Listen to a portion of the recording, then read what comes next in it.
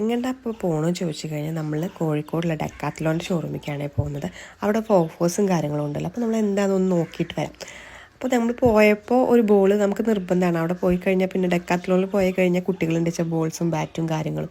ഞങ്ങളൊരു സൈക്കിളും കൂടി വാങ്ങേണ്ടി ഭാഗ്യത്തിന് ജസ്റ്റ് അവിടെ നിന്ന് എക്സ്കേപ്പ് എന്ന് പറഞ്ഞ പോലെ സൈക്കിളിൽ നിന്ന് പോകുന്നത്. അവിടെ നല്ല ഓഫേഴ്സും കാര്യങ്ങളും നടക്കുന്നുണ്ടായിരുന്നു. ഒപ്പം തന്നെ ഞങ്ങൾക്ക് വേണ്ട അത്യാവശ്യം കുറച്ച് സാധനങ്ങളൊക്കെ ഞങ്ങൾ പർച്ചേസ് ചെയ്തു.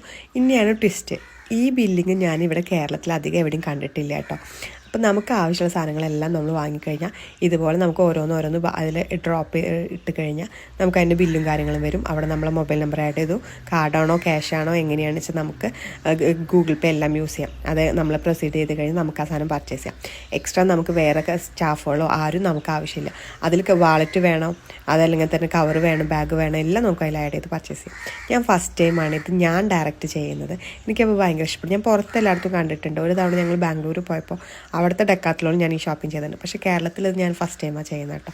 അപ്പോൾ ഇന്നത്തെ ചെറിയ ഷോപ്പിംഗ് കാര്യങ്ങളൊക്കെ ചെയ്ത് കഴിഞ്ഞു, പർച്ചേസൊക്കെ കഴിഞ്ഞു. നമ്മൾ നേരെ തിരിച്ച് വീട്ടിലേക്ക് വരികയാണ്.